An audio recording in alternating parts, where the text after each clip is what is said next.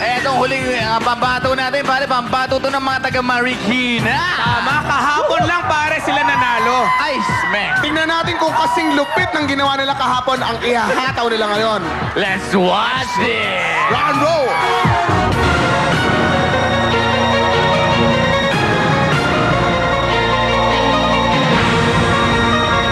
Sa mixed martial arts, number one dyan, syempre, kailangan may disiplina ka. Tapos determinasyon, at syempre yung kumpiyansa sa sarili. Hindi po namin iniisip yung mga sinasabi ng ibang tao. Ang mahalaga po na i-deliver po namin sa mga tao yung talent namin na itatago. Gusto namin i-dedicate yung performance namin kay Lord, tsaka po kay Kuya Jeff. Si Kuya Jeff po yung parang nagiging pinakamagulang namin. Si Kuya Jeff po yung humihikayat po sa amin na magsayaw po kami ng magsayaw. Hindi po kami mapupunta sa maling direksyon. Sa buhay ko, kumbaga sa akin, isa silang misyon. Gusto nilang dalhin yung pangalan ng Pilipinas eh. Hindi lang Philippine Island Assassin na magtatagumpay, kundi yung Pilipino. Alam ko marami pa silang ilalabas eh. Ipakita nyo na para ma-flip natin yung level ng dancing sa Pilipinas. Mga kapatid, konting taste na lang. Lahat ng paghihirap natin, magbubunga na. Walang bibitaw, magpapalain tayo. Para sa atin, sa pamilya nyo, sa bayan.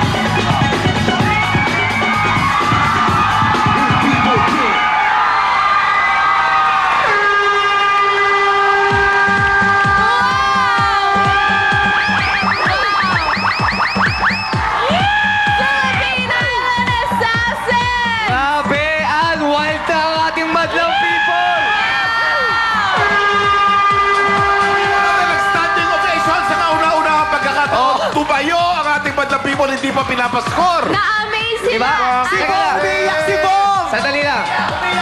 Hindi, naiiyak ako. Alam niyo bakit? Kasi anniversary ng Street Boys ngayon eh. 17 years na po ang Street Boys. At sa grupong to, naalala ko ang grupo ko. We miss you and we love you, guys. Thank you. Sino yung ano? Sino yung... Ito yun, ikaw ba yun? Oo. Naalala ko ang hinamon to ni Vice eh. Hinamon to ni Vice kasi ginagawa niya sa silya lang. Sabi ni Vice sa kanya kapon, gawin mo na merong lamesa at may pagkain. Ginawa mo nga! Ano gusto mo sabihin kay Vice? Kung ano po yung gusto nyo gawin, gagawin po namin. Ganon! Masyado naman ako na pressure. Vice, huwag mo lang sasabihin sa kanila, dali nila yung kitchen dito. Kasama nila sa breakdancing nila. Ang galing nila. Na-amaze ako. Fan ako ng Philippine Island Assassin. Pwede Showtime Dancers, nanood eh. Lumabas si mga Showtime dancer. Okay, Kuya Kim, pasok! Madlang People! Talaga naman, sulit na sulit ang mga Madlang People natin ngayong araw na yan. Nato, pero bago mag-score ang Madlang People,